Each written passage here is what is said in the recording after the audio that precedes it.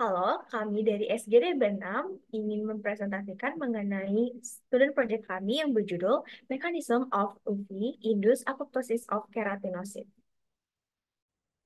Kemudian untuk hal yang melatar belakangi, kulit adalah organ terbesar di tubuh manusia yang meliputi seluruh area tubuh. Selain belasan letaknya, tebalan kulit juga dapat diidentifikasi melalui lapis-lapisannya. Antara lain adalah epidermis, dermis, dan hipodermis. Epidermis sebagai lapisan terluar kulit tentu memegang peranan penting dalam hal pertahanan untuk menghadapi ancaman dari lingkungan eksternal. Salah satu contohnya adalah radiasi sinar ultraviolet atau sinar UV. Paparan sinar UV sangat berbahaya bagi kulit, khususnya epidermis. Keratinosit merupakan salah satu sel target dalam pertahanan kulit terhadap paparan sinar UV, yang berdampak pada berbagai ancaman kondisi seperti kerusakan DNA, munculnya stres oksidatif, dan peradangan. Oleh karena itu, diperlukan pencegahan dan perbaikan gangguan patologis yang disebabkan oleh paparan sinar UV berlebih. Lalu untuk rumusan masalahnya, bagaimana sinar ultraviolet dapat menginduksi adanya proses apoptosis pada sel keratinosit? Selanjutnya, kami akan menjelaskan apa itu sel keratinosit. Nah, sel keratin sel keratinosit itu mengandung keratin. Keratin adalah sebuah family dari filamen intermediate yang biasanya berperan sebagai hallmark utama jaringan epidermis kulit. 54 gen manusia telah terdeteksi yang dapat mengekspresikan protein keratin. 34 keratin epidermis dan 17 keratin rambut. Keratinosit terbentuk di stratum basili. Saat terjadi pembelahan, sel keratinosit baru akan mendorong sel keratinosit lama ke permukaan. Pada saat sel keratinosit terdorong dengan jarak 2-3 sel dari dermis, mitosis dari sel keratinosit akan terhenti. Hal ini terjadi karena mitosis dari stem sel memerlukan oksigen dan nutrisi yang hanya bisa didapatkan pada bagian terdalam epidermis dekat dengan dermis. Kemudian adalah radiasi sinar UV. Next. Radiasi sinar UV merupakan spektrum elektromagnetik yang dipancarkan oleh matahari. Secara umum, radiasi sinar UV ini memiliki panjang gelombang 100-400 nanometer yang dapat diklasifikasikan berdasarkan panjang gelombangnya, yakni UVA dengan panjang gelombang 315-400 nanometer, UVB dengan panjang gelombang 250-314 nanometer, dan UVC dengan panjang gelombang 100-279 nanometer. Next. Nah, apakah sinar UV selalu berbahaya? Jadi, radiasi sinar UVA itu dapat menembus sampai lapisan kulit dalam atau epidermis dan bertanggung jawab atas efek tanning kulit dan berkontribusi dalam penuaan dan kerutan pada kulit. Selanjutnya, terdapat radiasi UVB yang dapat memengaruhi lapisan kulit atas atau epidermis dan dapat menyebabkan kanker kulit serta sunburn. Kemudian untuk UVC itu sangat mematikan bagi mikroorganisme karena spektrum UVC akan diserap secara intens oleh asam nukleat yang terdapat pada mikroorganisme. Nah, selanjutnya adalah apoptosis. Nah, apoptosis ini merupakan salah satu mekanisme kematian sel yang di mana sel akan mengaktifkan enzim yang nantinya akan mendegradasi DNA pada inti sel serta protein inti di sitoplasma. Tidak seperti nekrosis, pada proses apoptosis ini sel-sel dengan berbagai kelainan akan tereliminasi tanpa menimbulkan reaksi inflamasi. Nah, penyebab apoptosis ini dapat dibagi menjadi dua, yaitu karena penyebab fisiologis dan juga patologis.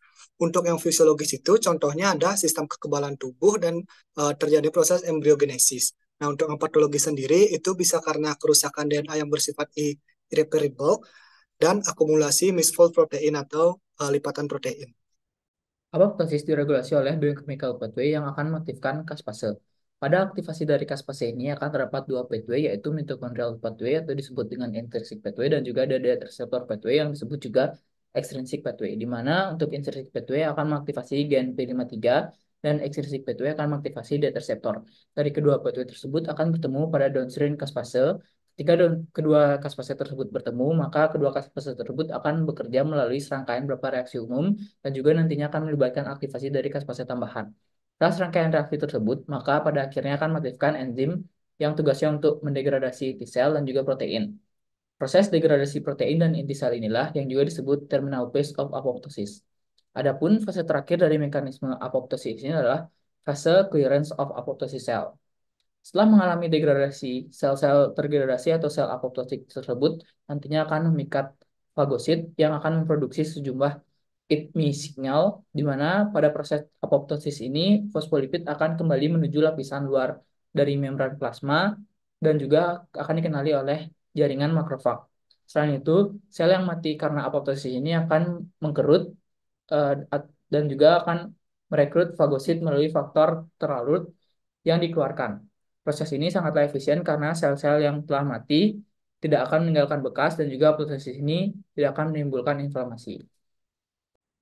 UV-induced apoptosis of keratinocyte ada beberapa mekanisme. Yang pertama, UV-induced DNA damage by P53 activation. Next, sinar UV, terutama UVA dan UVB, memiliki gelombang lebih dari 300 Nm, yang membuatnya dapat menembus lapisan ozon dan memberikan paparan terhadap sel-sel kulit. Ketika paparan ini terjadi, sel-sel kulit akan menyerap foton dari sinar UV tersebut dan akan memberikan dampak terhadap sel kulit tersebut. Next, oleh karena foton yang terserap tersebut, basa nukleotida yang spesifiknya adalah pirimidin yang bersebelahan dapat membentuk ikatan yang disebut dengan dimer.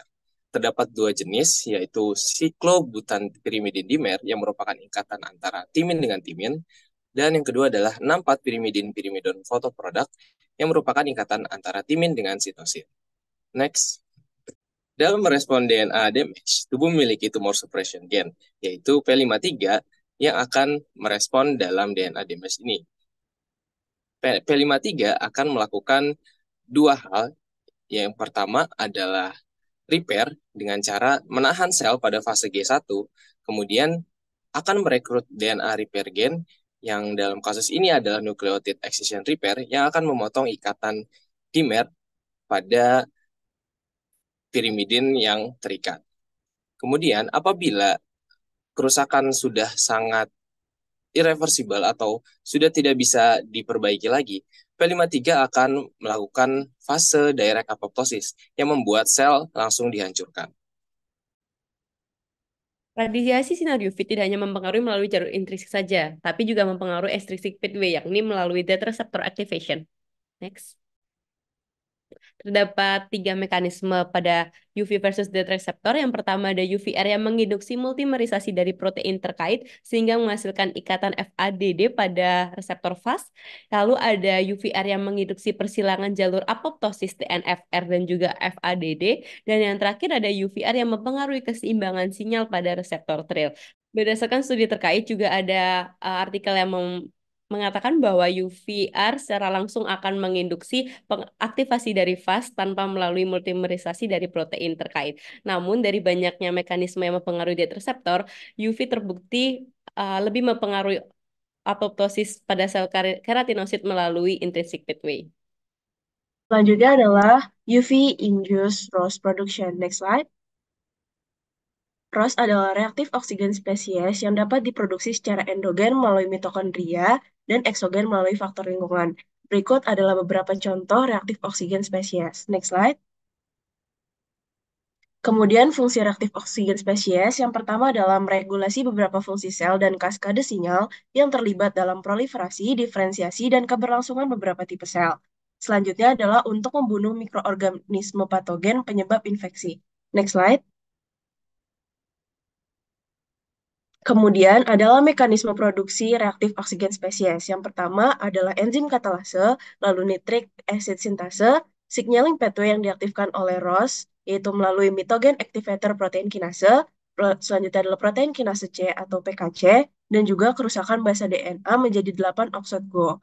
Apabila tubuh seseorang terpapar sinar UV secara terus-menerus, maka akan memicu produksi ROS yang berlebih, tentunya berdampak negatif bagi tubuh, yaitu terjadinya cell aging atau apoptosis. Selanjutnya adalah penyakit akibat reaktif oksigen spesies yang berlebih yang dipicu oleh UV.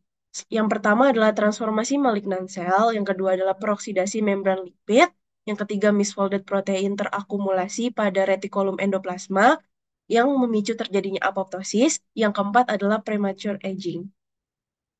Terakhir, sebagai kesimpulan, sinar ultraviolet dapat menginduksi apoptosis keratinosit melalui 3 metode. Pertama yaitu intrinsic pathway, di mana sinar ultraviolet dapat menyebabkan adanya kerusakan pada DNA yang menyebabkan aktivasi gen P53 yang menyebabkan apoptosis. Selanjutnya ada juga dengan extrinsic pathway, di mana paparan sinar UV mengaktifasi death receptor yang menyebabkan apoptosis. Dan terakhir, yaitu adanya reaktif oksigen spesies atau ROS yang merupakan radikal bebas yang produksinya ditingkatkan akibat paparan sinar UV. Sekian penjelasan dari kami. Terima kasih.